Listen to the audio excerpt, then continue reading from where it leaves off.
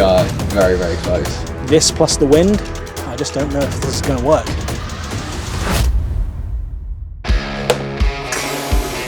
Now, helium and Lego don't normally mix. But if you didn't know, Lego make a lot of their sets based on popular TV shows and movies. And for 100 years of Disney, they're making a super anticipated set. The house from the movie Up, the only film that makes everybody cry within the first 10 minutes. But in this video, I'm going to see how many balloons it's going to take to get this thing off of the ground and flying just like it does in the film. But before we can send the set into the air, we actually need to wait for it to come out. Believe it or not, this is being filmed on March 26th. So we have 1 week till launch day. I've organised a team to help us out. There's just a few things we need to do before we can buy this set. These balloons aren't very good. Like, we need to find out how much Lego one balloon can actually lift. And to do that, we actually need to come outside.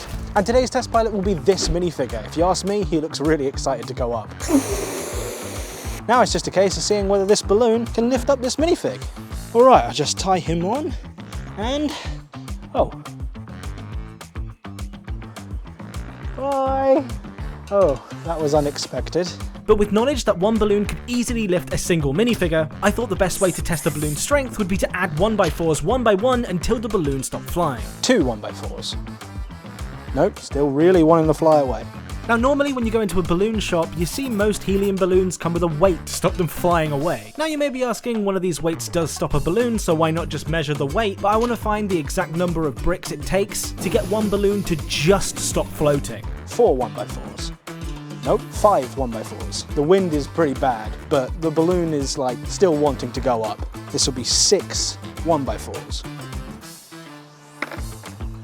Maybe it was the wind, but recreating this experiment inside actually determined I could only lift about 4 1x4s, and this would stop the balloon flying. But because these balloons seem to have it out for me, the balloon decided to randomly explode. After a bit of testing, I came to the conclusion that one balloon can lift about 9 grams. Now thankfully that makes the math on this super simple. But just to be sure, I end up finding a helium calculator. But the issue is we need to know the exact weight of the Up house. And as we don't have the set yet, that might be a bit difficult, as it doesn't list the weight on any website that we have currently. But I think I have a workaround for this. See, after looking at the images on lego.com, as well as a couple of LAN reviews, I've managed to build up the Up house in a digital Lego building software called stud.io. And although I don't think I got all of the details correct, I definitely got most of the structure in. And if I go up here and take a look at the model info, I can see the exact weight of what I've got on screen. Now I'm probably going to add an extra 80 grams or so just to be on the super safe side, but if I type in the number from Studio, we get 35 balloons? That seems low.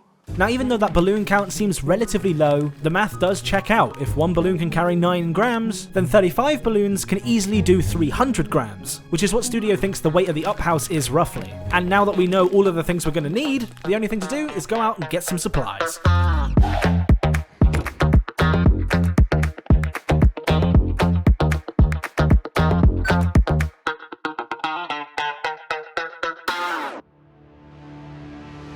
After Tech turned up, I let him know about the plan, which he seemed super confident in, and by the time I finished explaining the plan, it was time to go and get the set.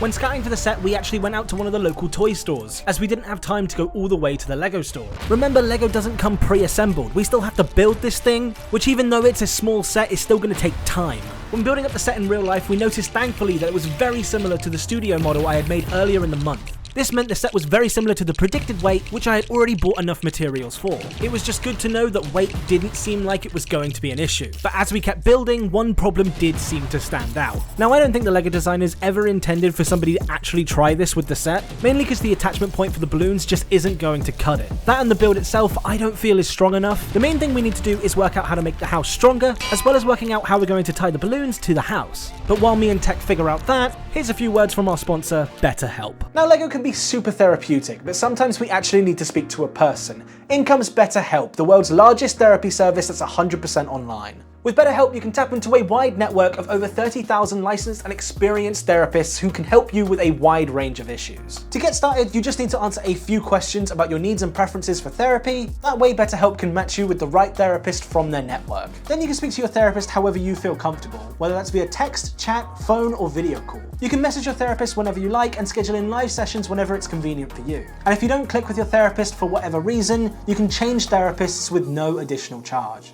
With BetterHelp, you get the same level of professionalism and quality that you'd get from in-office therapy, but with a therapist that's custom picked for you, more scheduling flexibility, and at a more affordable price. Get 10% off your first month at betterhelp.com/TommyCBricks. That's BetterHelp, HELP/TommyCBricks. I've also left a link in the description if anybody is interested. Thanks BetterHelp for sponsoring this one. Let's get back to the video.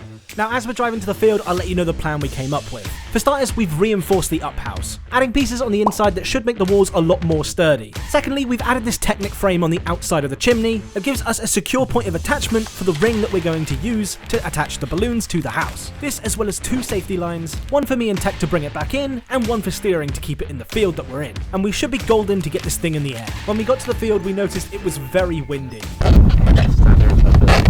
Trust the British countryside to not behave on the day we need it to, but there was nothing to do now except get tying some balloons. Whoa!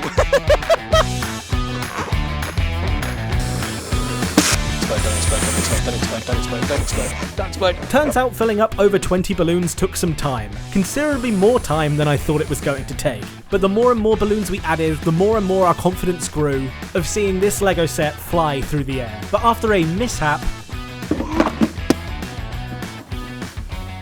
We need to do this inside, Tommy. We had to go inside. The wind was just becoming too intense for balloon time. But then, as we reached our 3rd hour of tying balloons, we started to run into an unforeseen issue. Serious mode for 1 minute, guys. Come on.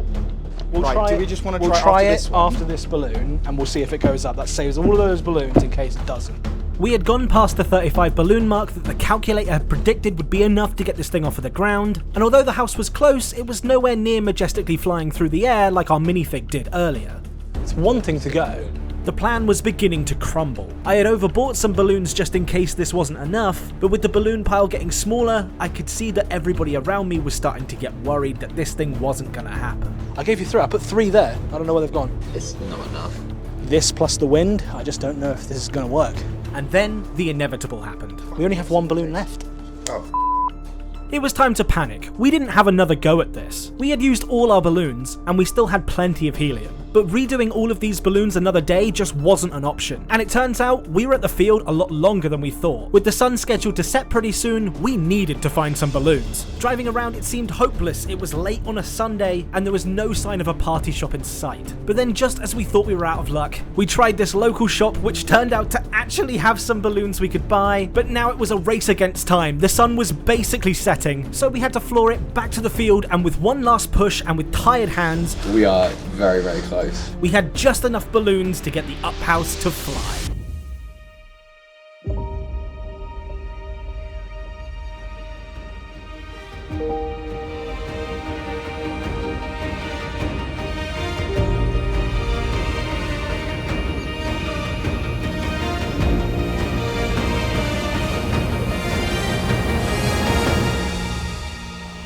Alrighty, guys.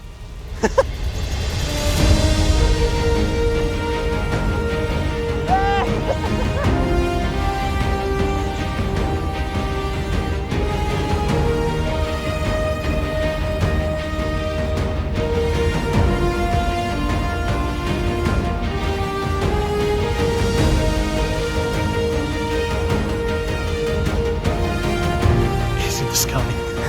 I can't believe this. I can't believe it's working either. It's working! It's working!